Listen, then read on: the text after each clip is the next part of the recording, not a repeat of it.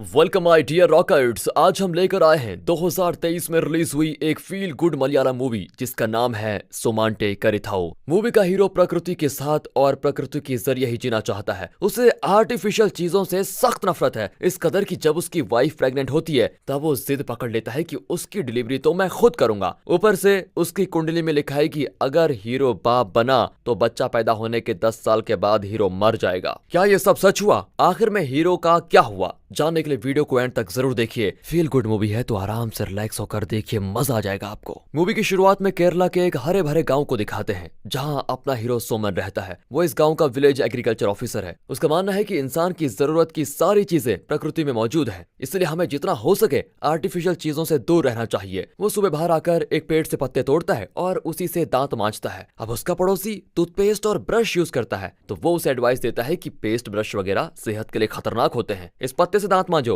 भाई तुझे जो करना है ना कर ले, मेरी आदत मत बिगाड़। ये कहकर पड़ोसी अंदर भाग जाता है। सारा गांव सोमन को अजीब नजरों से देखता है, लेकिन सोमन अपनी मर्जी से प्राकृतिक तरीके से जीता है। अब सुबह सुबह उसकी माँ कहती है कि मिट्टी का फर्श साफ करना बहुत मुश्किल हो रहा है, यहाँ टाइल्स क्यों नहीं लगवा लेते। ये कहकर वो जल्दी से अंदर भागती है क्योंकि दूध उबल रहा था। सोमन अंदर आकर कहता है कि अगर मैंने टाइल्स लगवा दी तो आप जल्दी भागकर आते वक्त फिसल कर गिर सकती है माँ, इसलिए मैंने टाइल्स नहीं लगवाई और ना ही लगवाऊंगा। सोमन चाहता है कि उसके आसपास के लोग भी उसी की तरह सोचें और प्राकृतिक जीवन बिताएं। इस वजह से माँ बेटे में आए दिन झगड़े होते रहते हैं। सोमन को अपने गाल पे उगते बाल मतलब गलमुच्छे बहुत ही पसंद है, लेकिन उसकी माँ को उसका ये लुक बिल्कुल भी अच्छा नहीं लगता। पर सोमन तो अपनी मर्जी का खुद मालिक है, किसी की नहीं सुनता। एक दिन बीच रास्ते में एक मैरिज ब्रोकर सोमन को कुछ लड़कियों की फोटो दिखाता है कि इसमें से कोई सिलेक्ट कर लो। अब उसे भगाने के लिए सोमन एक लड़की की ओर इशारा करता है कि मुझे वो पसंद है। वो ब्रोकर की बेटी होती है। अगले सेकंड ब्रोकर वहां से गायब हो जाता है। फिर वो अपने काम में बिजी हो जाता है। यहाँ तक कि गांव के किसानों को वो बहुत कुछ सिखाता है और फ्री टाइम में घर में वो कई सब्जियां वगैरह उगाता है। फिर घर के लिए थोड़ा रखकर बाकी बेच भी देता है। इस गांव में ज्यादातर ट्रेडिंग बोर्ड के जरिए होती है, जिससे जो चाह खरीद लिया, जो बेचना चाहा बेच दिया। घर पर सोमन की माँ बेड पर सोती है, लेकिन सोमन जमीन पर सोना पसंद करता है। उसकी माँ डाइनिंग टेबल पर बैठकर खाना खाती है तो सोमन फर्श पर बैठकर खाना खाता है। इस तरह वो हर आर्टिफिशियल चीज को हानिकारक मानता है। वो शहर भी जाता है तो पैदल या अपनी साइकिल पर, टू व्हीलर में तो बिल्कुल भी नहीं। वो अपनी बॉडी को फिट रखने के लिए जिम नहीं जाता, बल्कि गाँव में कोई कंस्ट्रक्शन वर्क चल रहा हो तो वहां जाकर फ्री में काम करता है। उसे लगता है कि जिम जाना फिजूल खर्ची है। सोमन के नजरिए से ये एकदम ठीक लगता है, लेकिन गांव वाले उसे पागल समझते हैं कि सरकारी अफसर होकर ये मुफ्त में कंस्ट्रक्शन का काम कर रहा है। अब एग्रीकल्चर ऑफिस के आगे एक अजीब सा दिखने वाला पेड़ होता है। स्कूल के बच्चे उसके शेप को देखकर उसकी वीडियो और फोटोज बनाकर सोशल मीडिया में अपलोड करते हैं और उस पर अश्लील कमेंट्स करते हैं। इससे तंग आकर एग्रीकल्चर ऑफिस के एक स्टाफ बच्चों को डांटती भी है। दो लड़कियां किसी काम से वहां पर आती हैं और कहती हैं कि अगर ये इतना अश्लील दिखता है तो इस पेड़ को कटवा क्यों नहीं देते। वहां का क्लर्क बताता है कि सोमन इसकी कभी परमिशन नहीं देगा। उसे प्रकृति से, पेड़ों से, हर चीज से प्यार है। कहता है अगर तुम्हें पेड़ अश्लील दिख रहा है तो तुम लोग अपनी आंखें फोड़ दो, पेड़ को क्यों काटना चाहते हो। बात तो सही है। इस तरह दिन गुजरते हैं। एक दिन उस एरिया का एमएलए उस पेड़ को काटने का ऑर्डर साथ लेकर आता है और उसे कटाने पे तुला होता है, लेकिन सुमन भी अपनी बात पर अड़ा रहता है। उन्हें रोकने के लिए तो वो पेड़ पर ही घर जैसा एक सेटअप करके वहीं बैठ जाता है कि अब काटो मुझे। उसका ये अनशन मीडिया में वायरल हो जाता है कि केरला के गांव का पीएओ अपने गांव के एक पेड़ को काटने नहीं दे रहा है। वो पेड़ का वो हिस्सा भी काटने नहीं दे रहा है जो लोगों को अश्लील लगता है। सभी सुमन को बावरा समझते हैं, लेकिन सुमन को वे सब पागल लगते हैं जो अपनी गंदी सोच बदलने के बजाय एक बेचारे पेड़ को काटना चाहते हैं। वो अपना टेबल चेयर सब कुछ उस पेड़ के नीचे शिफ्ट कर देता है। अब किसी को उससे मिलना हो तो उसी पेड़ के सामने आकर अपना काम करवाना होगा। दरअसल सुमन अनशन पर बैठा हुआ है। जब तक सरकार इस पेड़ को काटने का ऑर्डर वापस नहीं ले लेती तब तक मैं यहीं भूखा बैठा रहूंगा। इसी बीच उसे कई बार एक लड़की का कॉल आता है जो बताती है कि मुझे आपका प्रोटेस्ट बहुत ही जेन्युइन लगा। वो बार बार सुमन को फोन करती रहती है, लेकिन सुमन उससे ठीक से बात तक नहीं करता क्योंकि उसे किसी भी लड़की में इंटरेस्ट नहीं है। अब रात हो जाती है लेकिन ऑर्डर वापस नहीं लिया जाता। सुमन मच्छरदानी लेकर उसी पेड़ पर सेटल हो जाता है। वो लड़की फिर फोन कर कर कहती है कि मैं तुम्हें पसंद करती हूँ, लेकिन सुमन तो कॉल काट देता है। फिर माँ फोन करती है कि तुम भूखे पेट वहां क्यों बैठे हुए हो, घर आओ खाना खा लो। सुमन कहता है कि माँ इस भूखे अनशन का मतलब ही यह है कि जब तक काम नहीं हो जाता तब तक मैं खाऊंगा नहीं। माँ कहती है ठीक है बेटा, जब अनशन खत्म कर लो तब मैं तुम्हारा फेवरेट डिश बनाकर तैयार रखूंगी। अब इससे पहले कि सोमन और कुछ कहता कॉल कट हो जाता है। दोबारा कॉल आता है तो सोमन 2-3 बार जोर से कहता है कि हाँ हाँ मुझे पसंद है, पर वो नहीं जानता कि इस बार माँ ने नहीं उस लड़की ने कॉल किया था जो उसे फोन पर प्रपोज कर रही थी। अगले दिन पूरी मीडिया वहां पर जमा हो जाती है। सुमन को पता चलता है कि सरकार ने उस पेड़ को काटने का ऑर्डर कैंसिल कर दिया है और इस तरह सुमन अपनी लड़ाई जीत चुका है। वे मिठाई बांटकर उस जीत को सेलिब्रेट करते हैं। यहाँ पर दोस्तों, अगर आप भी सुमन की इस सीधी सोच को सपोर्ट करते हो तो वीडियो को लाइक करें और कमेंट्स में बताइएगा कि अगर आपके घर के आगे ऐसा पेड़ होता तो क्या आप उसको काटने देते।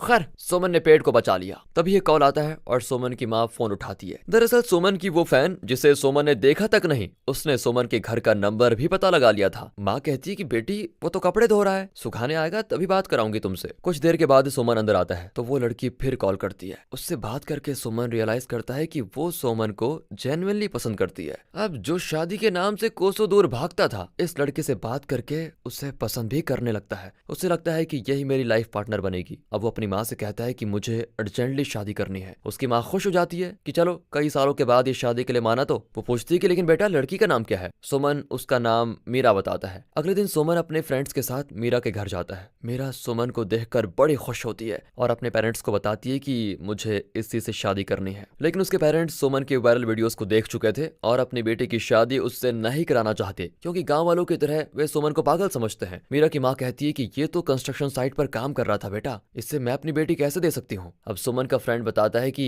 नहीं माँ जी, वो तो एक्सरसाइज के लिए वहां पर फ्री में काम करता है। Actually Suman is a government servant, village agriculture officer है ये। मीरा के पापा तो मान भी जाते हैं, लेकिन उसकी माँ साफ इनकार कर देती है और अपने किसी रिश्तेदार से मीरा की शादी तय कराना चाहती है। लेकिन मीरा साफ कह देती है कि माँ मैं शादी करूंगी तो सुमन से ही करूंगी, और अगर आपने कहीं और मेरा रिश्ता तय कर दिया तो बस देख लीजिए भाग जाऊंगी। गांव वालों को इसकी बात माननी ही पड़ती है। इस तरह इनकी शादी हो जाती है तय। सुमन घर घर जाकर वेडिंग इनविटेशन देकर वक्त और पैसे बर्बाद नहीं करना चाहता। वो गांव के एंट्रेंस पर ताड़ के पत्ते का बना एक बोर्ड रख देता है जिसमें मंदिर का नाम, शादी की तारीख और टाइम उसने खुद लिखकर सभी को इनवाइट किया होता है। गांव वाले भी इस इनविटेशन को एक्सेप्ट कर लेते हैं और शादी में आ जाते हैं। शादी की रस्में चल रही होती है। सुमन मीरा से पूछता है कि तुमने नाश्ता किया या फिर नहीं। वो कहती है कि रस्मों के बीच नाश्ता कैसे कर सकती हूँ। सुमन कहता है कि देखो, सुबह का नाश्ता किसी भी हाल में स्किप नहीं करना चाहिए वरना पेट खराब हो जाता है। खाना सबसे इंपॉर्टेंट है, रस्में तो कभी भी कर सकते हैं। ये कहकर वो पूजा के लिए रखा हुआ केला उठाकर उसे खाने के लिए देता है। सभी चौंक जाते हैं, लेकिन दूसरे क्या सोचेंगे इसकी सुमन को कभी फिक्र नहीं होती। वो बस प्रकृति के बहाव के साथ जीता है और वही करता है जो उसे ठीक लगता है।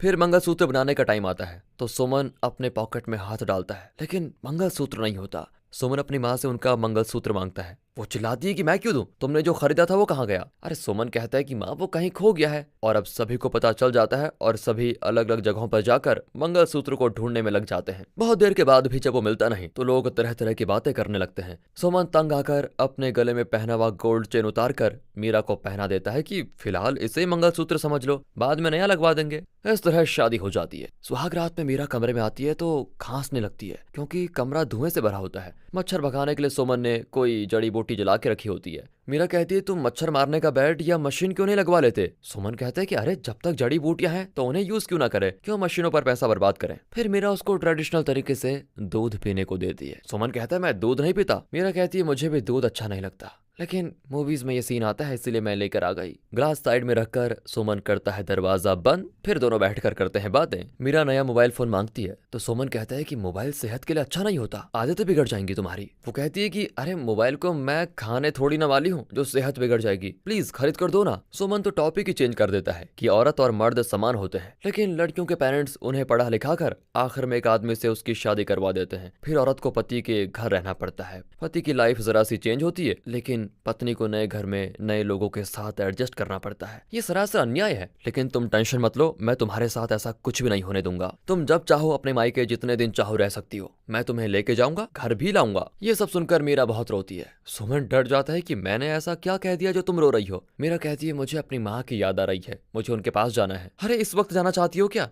हाँ अभी, ठीक है रो मत, मैं अभी लेके चलता हूँ। ये कहकर रातों रात सुमन मीरा को उसके घर लेके जाता है। सब सुमन की माँ से पूछते हैं कि सुहाग रात को ये दोनों कहाँ जा रहे हैं। सुमन की माँ कहती है कि मेरे सुपुत्र ने बेचारी को न जाने क्या लेक्चर दिया कि वो अपने घर जाने की जिद कर रही है। अब सुमन ऑफिस जाता है तो वहां पर वही एमएलए अपना लोन एप्लीकेशन सैंक्शन करने को कहता है। दरअसल ये एमएलए अपने नाम से नहीं बल्कि गाँव के 10 किसानों के नाम पर लोन लेना चाहता है। अगर इसने लोन नहीं भरा तो ये नहीं फंसेगा बल्कि किसान फंस जाएंगे। इतना ही नहीं, किसानों के लोन स्कीम से पैसा लेकर ये अपने किसी बिजनेस में लगाना चाहता है जो गैर कानूनी है। सोमन साइन करने से इनकार कर देता है, जिसकी वजह से सोमन और एमएलए की दुश्मनी हो जाती है। अब एक दिन ऑफिस का एक स्टाफ बीमार पड़ जाता है तो सोमन उसे हॉस्पिटल ले जाने के बजाय उसे घर लेके आता है और उसे कोई जड़ी बूटी देता है। साथ ही उसे एडवाइस भी देता है कि अंग्रेजी मेडिसिन के बजाय हमेशा देसी मेडिसिन लिया करो। अब एक दिन मीरा को सोते हुए देखता है तो उसकी टोन देखकर उसे जगाता है। कहता है हम हनीमून पे तो गए नहीं, चलो एक हफ्ता कोडाईकनाल जाकर एंजॉय करके आते हैं। मीरा खुश होकर उसको गले लगा लेती है। हनीमून ट्रिप पर भी सोमन अपनी दंत मंजन वाली पत्तियां लेके जाता है। पहले वे पिलाने जाते हैं जहाँ पहाड़ के ऊपर एक मंदिर होता है। उस पर चढ़ते चढ़ते मीरा तो बहुत थक जाती है। किसी तरह पूजा करके वे एक जगह पर स्टे करते हैं। मीरा अपनी डायरी में लिखती है कि सोमन मुझे हनीमून पे नहीं बल्कि मेरा वेट कम करवाने के लिए लेकर आया है, इसलिए तो मंदिर की इतनी सीढ़ियां चढ़वाई मुझसे। लेकिन मुझे उसका ये अंदाज पसंद आया। इस तरह मीरा सोमन की लाइफ स्टाइल को खुशी से अपना लेती है। एक दिन मीरा आमला खरीद कर लेकर आती है। सोमन पूछता है तुम ये सब कब से खरीदने लगी? अब सोमन की माँ बताती है कि मीरा प्रेग्नेंट है। ओह, सोमन बड़ा खुश हो जाता है और मीरा का बहुत अब ख्याल रखता है। सब एकदम अच्छा चल रहा होता है। लेकिन इसी बीच वे एक ज्योतिष के पास जाते हैं जो बताता है कि इनका होने वाला बच्चा जब 10 साल का होगा तो सोमन मर जाएगा। मीरा और सोमन की माँ घबरा जाती है, लेकिन सोमन उन्हें हिम्मत देता है कि देखो मुझे इन बातों पर विश्वास नहीं है, इसलिए मुझे कुछ नहीं होगा। मीरा भी उसकी बात मान लेती है, लेकिन सोमन एक और बात कहता है जो वो एक्सेप्ट नहीं करना चाहती। सोमन मीरा की डिलीवरी हॉस्पिटल में नहीं बल्कि घर में करना चाहता है। मीरा तो गुस्सा हो जाती है कि अब तक तुमने जो कहा मैंने मान लिया, लेकिन बच्चे के मामले में मैं जरा भी रिस्क नहीं लूंगी। फिर सोमन अपनी बातों से उसे कन्विंस कर ही लेता है और मदद के लिए एक दाई को भी रख लेता है। इस दाई के 10 बच्चे हुए हैं और सभी घर में पैदा हुए हैं। हॉस्पिटल तो ये कभी गई नहीं। Very pregnant, I mean very talented. Soman कहता है कि देखो दाई घर के सारे काम खुद ही करती है, जिसकी वजह से इनकी सारी डिलीवरीज घर पर ही हुई है और एकदम नॉर्मल। अगर तुम भी काम करोगे तो घर पर ही डिलीवरी हो सकती है। आजकल की औरतें प्रेगनेंसी के टाइम पर आराम करती हैं, इसी वजह से उन्हें डिलीवरी के नाम से डर लगता है और सभी हॉस्पिटल जाकर डॉक्टर के हाथों डिलीवरी करवाना चाहती हैं। वहाँ रिस्क भी ज्यादा होता है। इस तरह वो मीरा को कन्विंस करने लगता है। मीरा अपने होने वाले बच्चे के लिए ड्रेस भी तैयार करने लगती है। दोनों बड़े खुश होते हैं। एक दिन दाई को गैस प्रॉब्लम होती है तो सोमन मीरा को किचन से कोई जड़ी बूटी लाने को कहता है। मीरा किचन में जाती है तो अचानक उसे लेबर पेन होने लगता है। सोमन घर पे डिलीवरी की पूरी तैयारी करने लग जाता है, लेकिन इस बात की खबर मीरा के पेरेंट्स को पता चलती है तो वे घबरा जाते हैं कि इस आदमी के भरोसे अपनी बेटी को नहीं छोड़ सकते वरना वो मर सकती है। वे एम्बुलेंस लेकर यहाँ आ रहे होते हैं। इतने में दाई और सोमन की माँ मीरा की नॉर्मल और सेफ डिलीवरी कर देती हैं। अपनी प्यारी सी बेटी को देखकर सोमन और मीरा बड़े खुश होते हैं। तभी वहां पर एम्बुलेंस भी आ जाती है, लेकिन अब उन्हें हॉस्पिटल जाने की जरूरत नहीं है। कुछ साल बीत जाते हैं, लेकिन अब सोमन अपनी बेटी को स्कूल नहीं भेजना चाहता। वो कहता है कि जब इसका स्कूल जाने का मन करेगा तभी इसे स्कूल भेजूंगा। वो घर पर ही अपनी बेटी को पढ़ाता है, पर एक दिन वो स्कूल ड्रॉ करती है जिसके आगे वो स्कूल बैग के साथ खड़ी है। वो सोमन को अपनी ड्राइंग दिखाकर कहती है कि पापा मुझे स्कूल जाना है। सोमन कहता है कि वाह बेटा, तुम्हारे मुंह से ये सुनने का ही तो मुझे इंतजार था। कल ही मैं तुम्हें स्कूल लेकर जाऊंगा। सोमन ने अब एक स्कूटर भी खरीद लिया है, लेकिन वो भी इलेक्ट्रिक। अब तक तो वो साइकिल चला रहा था। स्कूल में हेडमास्टर कहते हैं कि लड़की बड़ी है, इसलिए मुझे कुछ सवाल पूछने पड़ेंगे। इसके जवाब सुनकर ही मैं डिसाइड करूंगा कि इसकी नॉलेज के हिसाब से कौन सी क्लास दी जाए। वे पूछते हैं कि बेटा तुम्हारा नाम क्या है? सोमन और मीरा की बेटी कहती है इंडिया। हेडमास्टर कहते हैं कि ये अपना नाम बताने के बजाय देश का नाम क्यों बता रही है? वे कहते हैं कि ये ठीक कहती है, इसका नाम हमने इंडिया ही रखा है ताकि कोई भी इसके नाम को लेकर इसे किसी भी मजहब या जाति से कनेक्ट ना करे। कुछ और सवालों के भी वो ठीक से जवाब देती है तो हेडमास्टर उसे एडमिशन दे देते हैं। इंडिया स्कूल जाने लगती है। एक दिन उसकी स्कूल फ्रेंड कहती है कि मम्मी पापा गले मिलते हैं तो बच्चे पैदा होते हैं। Naughty girl.